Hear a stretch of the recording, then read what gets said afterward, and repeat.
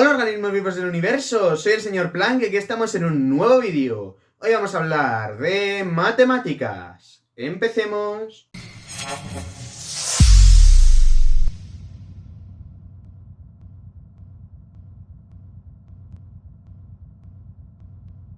Bien, seguimos aquí con cálculo y hoy vamos a ver una cosa muy importante. Tres operadores matemáticos que salen muchísimo, que son el lenguaje de muchísimas cosas en física, por ejemplo, de las ecuaciones de Maxwell, de las ecuaciones de onda, de la mecánica cuántica, de la mecánica clásica incluso, que son los conceptos de divergencia, rotacional y laplaciano, ¿vale? Pero para eso voy a introduciros brevemente lo que es un campo vectorial. Bien, un campo vectorial es realmente un endomorfismo funcional, o sea, toda función de Rn en Rn, realmente no tiene más misterio. Toda función de Rn en sí misma es un espacio, un campo vectorial, ¿vale? O sea, lo que estamos haciendo es asociar a un vector de Rn a otro, o dicho de otra manera, asociar a un punto de Rn que tiene unas coordenadas que están dadas por un vector, es decir, si yo tengo un campo de R3 en R3, como los que aparecen en física, ¿vale? Pues yo lo que tengo es que voy a dibujar varios puntos del espacio, ¿vale? ¿Sí? Hay que verlo con perspectiva. Bien. ¿Sí? Bueno. Pues a cada puntito del espacio le voy a asociar un vector, por ejemplo. Así, ¿vale? ¿Sí? Y esta es la función, lo que me hace es asociarme a cada punto del espacio un vector. Y se me crea un mapa, ¿vale? Digamos, en el espacio o en donde sea, que es un campo vectorial, ¿no? Que en el caso de la física puede ser un campo de fuerzas, muchas cosas. Bien. Entonces, esto es un campo vectorial. Y ahora, sobre un campo vectorial, ¿sí? Sobre un campo vectorial se pueden definir los siguientes operadores. Voy a cambiar de rotulador. Vale, el primer operador que vamos a definir es el operador divergencia. Bien, pues el operador divergencia se define de la siguiente manera, ¿vale? Hay que tomar la matriz jacobiana. Recordad, la matriz jacobiana de una función, en este caso del campo, va a ser, pues, la matriz de las derivadas parciales posibles, ¿no?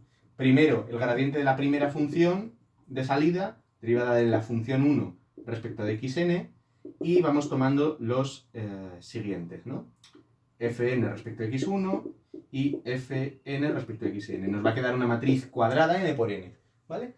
Y ahora, la divergencia se define como la traza de la matriz jacobiana, es decir, de la suma de los elementos de la diagonal de la matriz jacobiana. O sea, derivada de f1 respecto a x1, más derivada de f2 respecto a x2, ¿vale? Más, derivada de fn respecto a xn.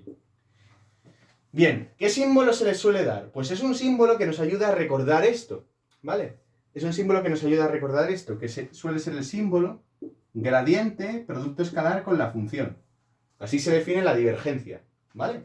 ¿Y por qué se define así? Pues porque lo que se toma es, digamos, el gradiente del vector unitario, es una forma de recordarlo, ¿no? Y entonces es como si estuviéramos haciendo gradiente producto escalar, pues era derivada, y el gradiente es el operador, derivada respecto a x1, derivada respecto a x2, derivada respecto a xn.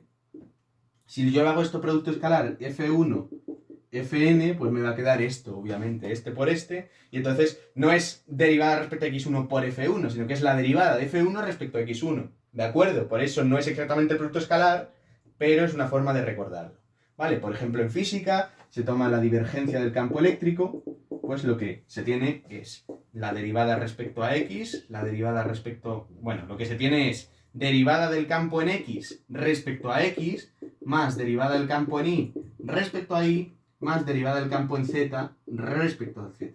¿Vale? Es un ejemplo, por ejemplo. Vale, pues este es el operador de divergencia, ya está visto. Bien, pues ahora queda otro...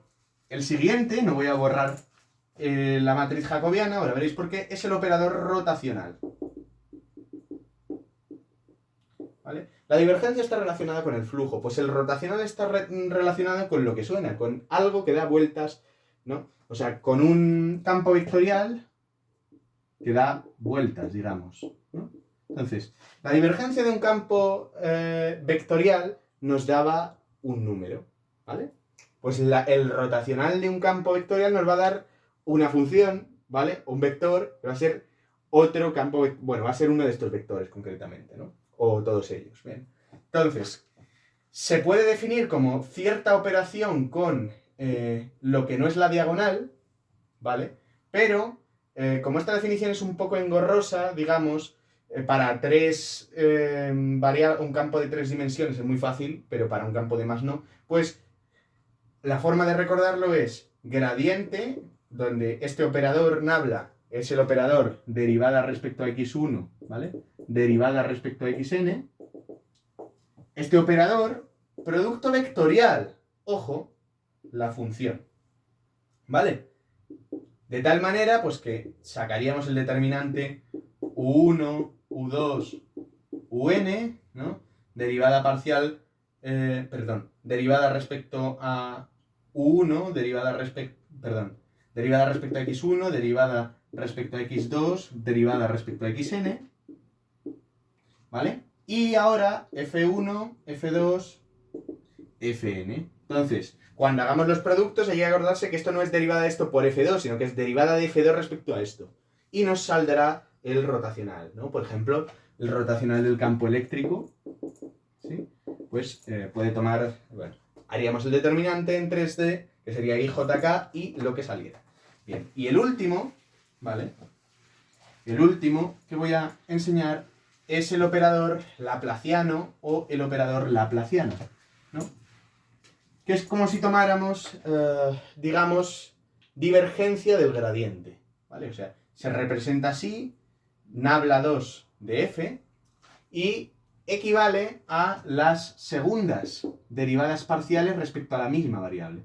Derivada de f1 respecto de x1 dos veces, más derivada de f2 respecto de x2 dos veces, más derivada segunda de fn respecto de xn dos veces. O sea, es como si tomáramos el gradiente de la función, que sería no el operador gradiente, sino el gradiente de la función, ya las primeras derivadas, ¿sí? Hiciéramos la divergencia, es decir, otra vez gradiente, pero el operador producto escalar con esto. Entonces es como si esto se quedara en nabla cuadrado por f. Es decir, yo aquí tendría derivada respecto a x1, derivada respecto a xn, pero yo tengo el gradiente que es derivada de f1 respecto a x1, derivada de fn respecto a xn, y al multiplicar cada una es como si este equivalente a multiplicar es derivar otra vez. Entonces me queda derivada respecto de x1 dos veces, hasta derivada respecto de xn dos veces respecto a la misma variable, ¿no? Que sería la traza de la matriz hessiana. Si mal... Sí. Sería la traza... No sería la traza de la matriz hessiana. Olvidad eso, porque habría una matriz hessiana para cada cosa, ¿no? Sería la traza, digamos, del elemento I de cada matriz hessiana. Pero bueno, da igual. Os lo aprendéis así y ya está, ¿vale? Y estos tres operadores se usan mucho. El laplaciano en ondas, ¿vale? Y la divergencia y el rotacional todo constantemente, sobre todo en campos, ¿vale? Campo eléctrico, campo magnético, ese tipo de historias, ¿vale? Así que nada, eso es todo por hoy. Dadle a like, suscribiros y compartid este vídeo por vuestras redes sociales, como los átomos comparten sus electrones para combinarse entre sí. ¡Nos vemos!